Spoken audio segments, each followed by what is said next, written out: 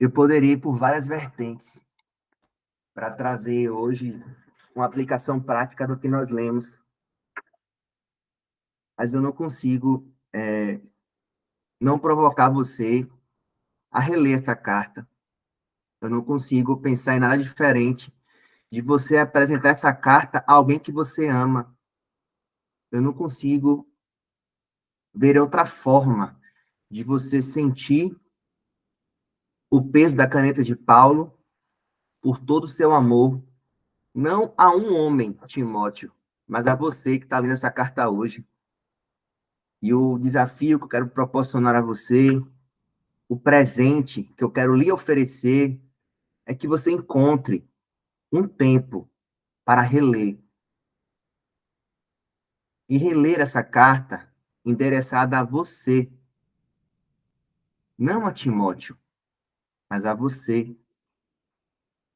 O que faria Paulo nos últimos momentos de sua vida, se não escrever uma carta que, assim como Romanos, defende o Evangelho, defende o nosso modo de viver, defende como nós devemos nos olhar? O que faria Paulo de diferente disso, de nos surpreender com uma carta como essa, que para alguns que leram hoje pela primeira vez foram surpreendidos por todo o peso da caneta? Instruções simples como: Helder, pare de focar no mistério. Helder, não entre em discussões que não vai levar em nada, não vai aumentar a fé de ninguém em nada. Helder, concentre nas escrituras. Helder, observe quem você deve ter respeito. Helder, observe quem de fato você precisa ajudar.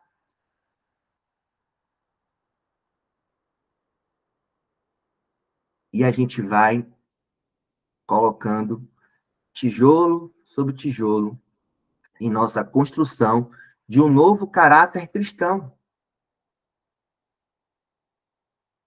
Não por um arrepio, não por uma profecia, não por uma promessa,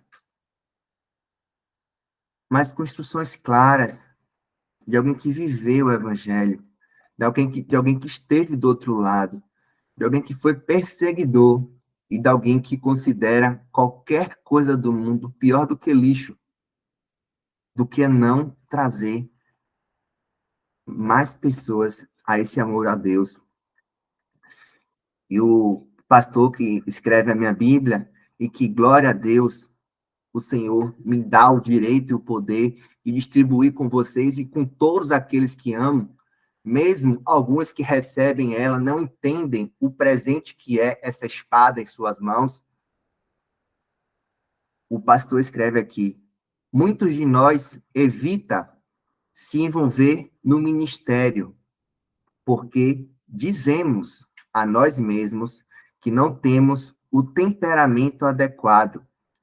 Ouvimos os que dizem: Pedro era impetuoso e pescador.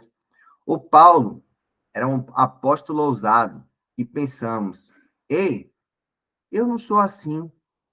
Eu não sou nem um pouco parecido com Pedro, nem com Paulo. O que é que eu vou fazer no ministério? Como é que eu vou conduzir pessoas? Eu, que fui batizado no dia 22/2/2022, vou estar preocupado com outras pessoas que eu nem vi na vida, clamando e orando para que elas estejam aqui recebendo essa palavra e distribuam a outros. Muita prepotência de minha parte achar que poderia fazer diferença na vida de alguém. Mas Deus usa sim pessoas que se acham incapazes, pessoas com máculas, com feridas, com cicatrizes, com sujeira ainda nas suas almas. Porque justo e perfeito, somente Cristo. E você que está aqui hoje escutando, com todos os seus pecados, com todas as suas deficiências, com todas as suas dificuldades, com a sua falta de tempo, com seu cansaço, com sua falta de didática, se lembre que na Bíblia Foram usados homens assim, homens gagos como Moisés, homens que não tinham a polidez como Sansão, homens que usavam artimanhas como Jacó, mas homens usados por Deus, homens pecadores que erraram como Davi, homens gananciosos e orgulhosos como Salomão.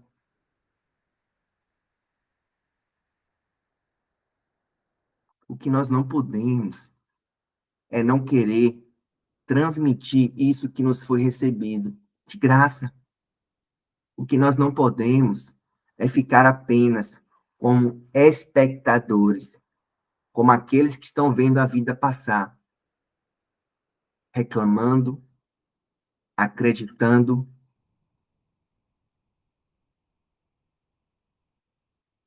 que não tem capacidade de mudar a vida de ninguém, nem do seu filho, nem da sua esposa, nem do seu vizinho, nem do seu colega de trabalho. Você pode. E essa carta mostra isso. Um jovem que certamente não tinha o apoio do seu pai, só tinha o apoio da mãe. A gente não ouve falar aqui na carta de Timóteo do pai de Timóteo, da influência do pai de Timóteo na sua vida. Mas Paulo reforça a importância da avó Lloyd e da mãe Eunice sobre Timóteo. Seja você aquele que entenda que hoje é o dia da mudança, de você ser essa pessoa que vai motivar, que vai incentivar, que vai plantar a semente no próximo Timóteo. Ou que seja você esse que, em vez de estar esperando algo, comece a exercer algo na vida de outros. E o autor continua aqui. Eu não sou assim. Eu não me levantaria nem diante de 3 pessoas para falar, quanto mais diante de uma multidão. Vou deixar o ministério para os profissionais. Contudo, Deus não pensa dessa maneira. Timóteo cresceu em um lar dividido. Parece que tanto Timóteo quanto sua mãe aceitaram a Cristo durante a primeira viagem de Paulo, quando o apóstolo visitou em Listra. Na segunda viagem do apóstolo por aquela área, ele notou Timóteo, uma vez que os irmãos em Listra e Icônio tinham alta consideração por ele. Paulo e Timóteo desenvolveram uma grande proximidade, e o apóstolo se tornou o mentor espiritual do rapaz. Daquela época em diante, Timóteo acompanhou Paulo em diversas viagens, às vezes permanecendo mais atrás, e a outras ocasiões trabalhando mais à frente. Timóteo recebia e foi moldado com a prática. Timóteo ia à frente de Paulo. Timóteo ia atrás de Paulo, arrumando o que Paulo deixava e preparando o caminho para Paulo. Timóteo não ficava sob a asa de Paulo. E nem Paulo queria alguém dependente dele. Paulo queria alguém autossuficiente. Paulo queria alguém que o ajudasse, porque Paulo sabia a necessidade de pessoas fortes. E é o meu desejo desse grupo aqui. Pessoas fortes, pessoas que vibrem, pessoas que busquem, pessoas que entendam o que precisa ser feito. Às vezes, gente, é até chegar às 6 da manhã e ver, pô, meu irmão não entrou. Deixa eu ligar para ele para saber o que está acontecendo. 6h15, rapaz, aquele fulano que não está aqui todo dia não entrou. O que será que aconteceu com ele? Ou ontem, à noite, não vou poder estar aqui, coloque outro. Pequenas coisas que não fazem diferença nenhuma para você, mas impactam a outros. Pequenas coisas, como ir à frente de Paulo, ou ir atrás de Paulo. Paulo amava ainda mais aquele jovem. Ele o considerava um colaborador. Contudo, Timóteo não era Paulo. Paulo era um exemplo e mentor para Timóteo. Mas Timóteo não era espelho de pontos fortes. Timóteo enfrentava dificuldades, com o medo e a hesitação. Por isso, Paulo admoestou seu pupilo tímido e disse a ele: Timóteo, Deus não nos deu um espírito que produz temor e covardia, mas sim um espírito que nos dá poder, amor e autocontrole. Portanto, Timóteo, jamais se envergonhe de falar a outros sobre o nosso Senhor. E também, Timóteo, não se envergonhe de mim, que estou preso por causa dele. Com a força que Deus lhe dá, Timóteo, esteja pronto para sofrer comigo as boas novas. Paulo instruiu aqueles que viriam a ser anfitriões de Timóteo, dizendo-os: olhe, Timóteo, meu filho, vai chegar. Ele é tímido. Ele não vai pedir o que está precisando. Vocês estejam sensíveis a isso e já preparem para ele uma casa legal. Preparem aquela comida que ele gosta. Recebam bem, porque Timóteo é alguém que eu estimo muito e vocês vão poder somar bastante com ele. Observe Paulo também delegando funções a Timóteo, mas preparando o caminho para ele. É como um exemplo de um pai que não pode levar seu filho à escola e o seu filho, em determinado momento, vai ter que pegar um ônibus para ir à escola sozinho. Mas é o pai que coloca o filho no ônibus e vai seguindo com o carro até saber que o filho, na 10ª vez, já consegue descer sozinho e ir para a escola. E na 11ª, o pai já vai trabalhar, porque sabe que o filho já sabe seguir o caminho. Precisamos entender o que é dependência e deixar caminhar com os próprios pés.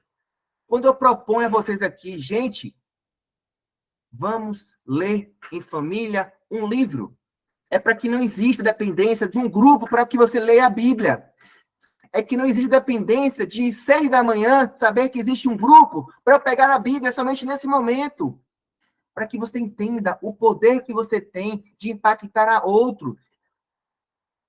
Para que você pare de focar no que você não vai ter, para que o que você vai ter de oportunidade.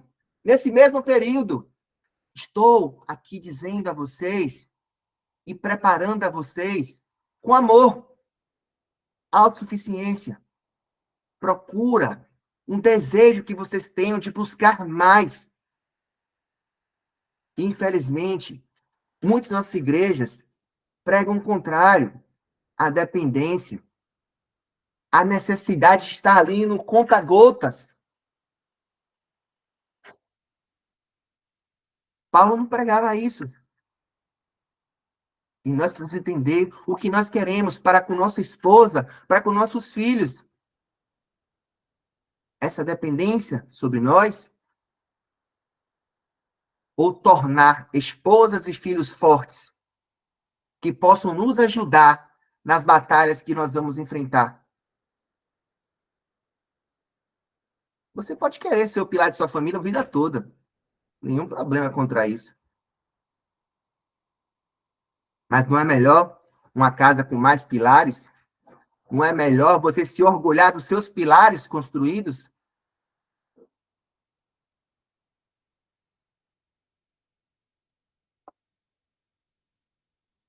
Timóteo provou que Deus pode usar, e de fato usa, todo tipo de temperamento em seu ministério. Os mansos, aqueles que falam mais alto, os extrovertidos, os introvertidos, aqueles que chegam tarde, aqueles que chegam atrasados. Deus quer te usar, irmão. Mas como lemos no nosso devocional, é você que escolhe ir para o Baba. É você que escolhe a série. É você que escolhe o telejornal. É você que escolhe colocar mais Deus em sua vida. É você que escolhe criar um ambiente para a sua família. É você que escolhe. Não é a tentação que te afasta da igreja. São suas escolhas. São suas escolhas que fazem você estar aqui 6 da manhã. São suas escolhas que fazem você entender que você precisa ler a Bíblia com pessoas da sua família. E mostrar que, a partir de vocês, o que é a Bíblia.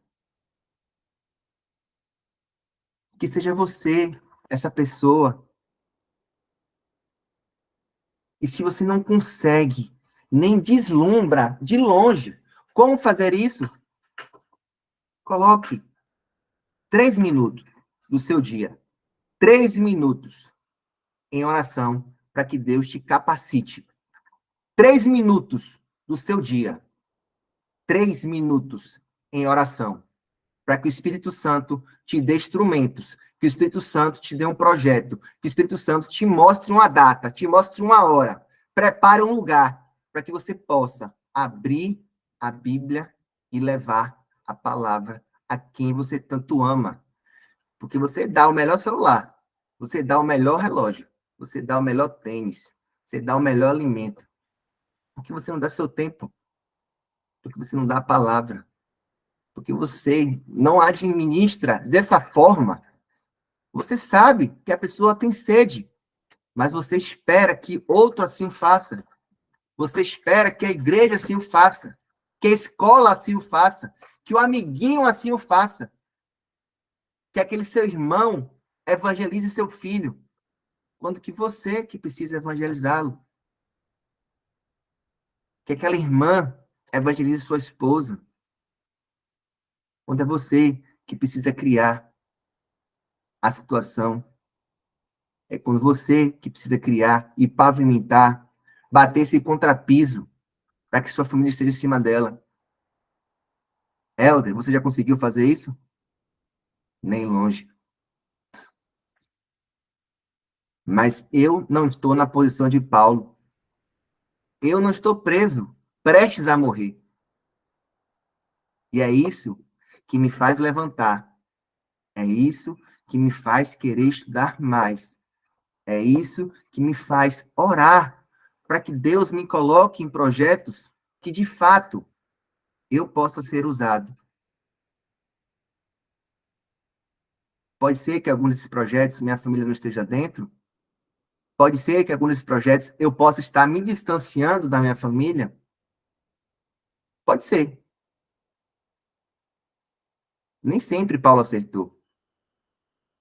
Olhe como Paulo tratou João Marcos e olhe como Paulo tratou Timóteo. Mas são experiências ruins que fazem você aprender e não querer errar na segunda chance que Deus lhe dá. Porque você, irmão, está preso na perfeição, uma perfeição que não existe, ou que existe no Instagram, na série de televisão, naquele filme. Pessoas reais convivem com pessoas reais. E não é matemática as relações humanas. Não é matemática. E glória a Deus que não é matemática. Porque se o dia de amanhã fosse igual ao dia de hoje, seria uma bosta. Vocês concordam? Eu já saberia tudo o que iria acontecer.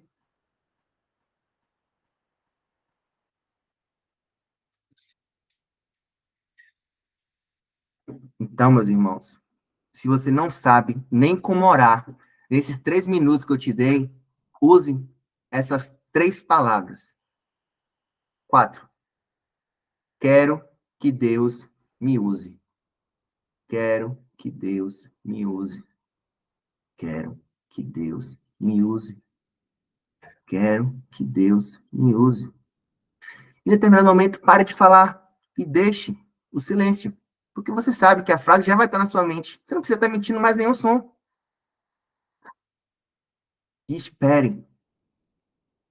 Pode ser que não aconteça hoje.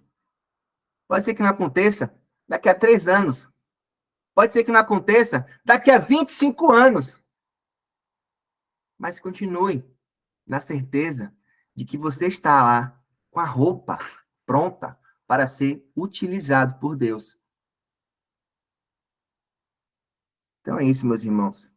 É uma carta fantástica e eu preciso reforçar esse pedido a vocês. Releiam essa carta. Tenham contato com essa palavra. Busque entender o que Paulo nos deu nos seus últimos momentos.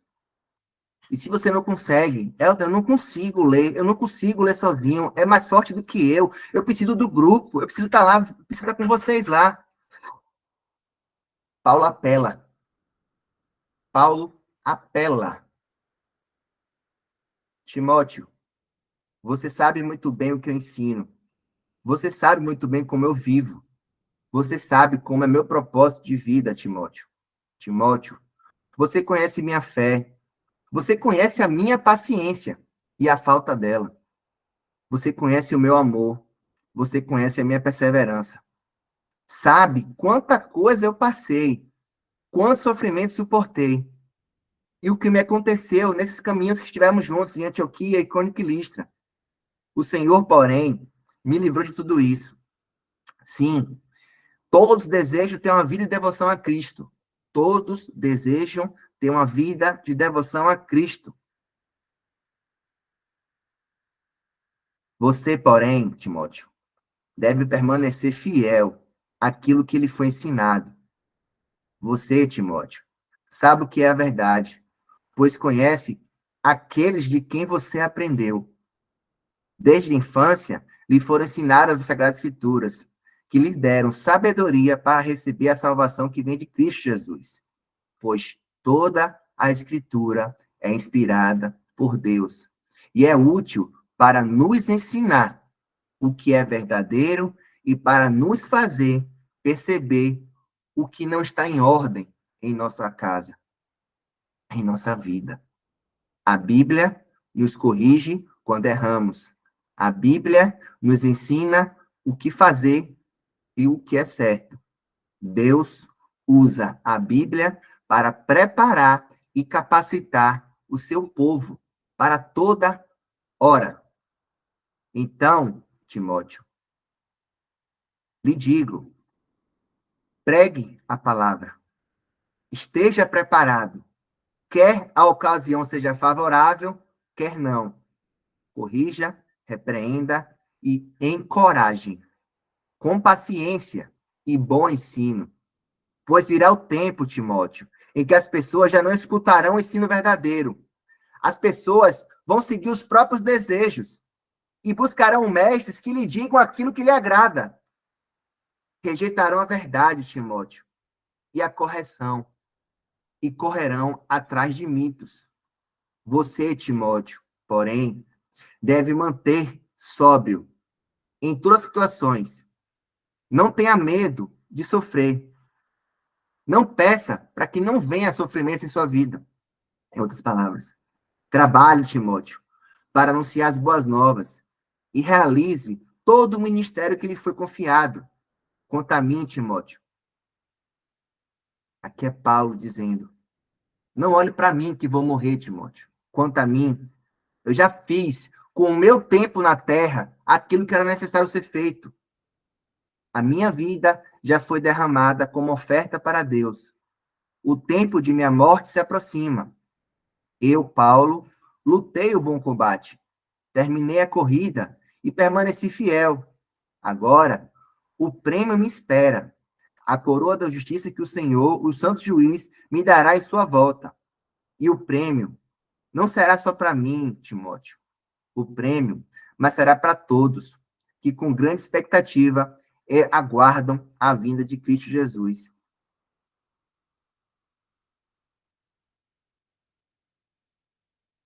Faça todo o possível para estar aqui antes do inverno.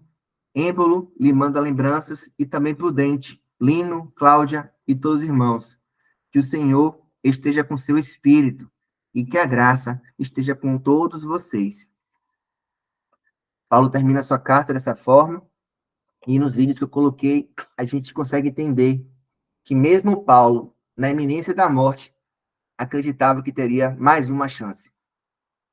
Esse Paulo, que foi apedrejado, chicoteado, jogado de penhasco, que viu a morte na sua frente diversas vezes, acreditava que não viria essa morte, que ele teria sempre mais uma chance para pregar a palavra, mas não deixou de mostrar o que de fato é o mundo, aquele seu discípulo de tanto amor. E para vocês, como é que foi a leitura hoje?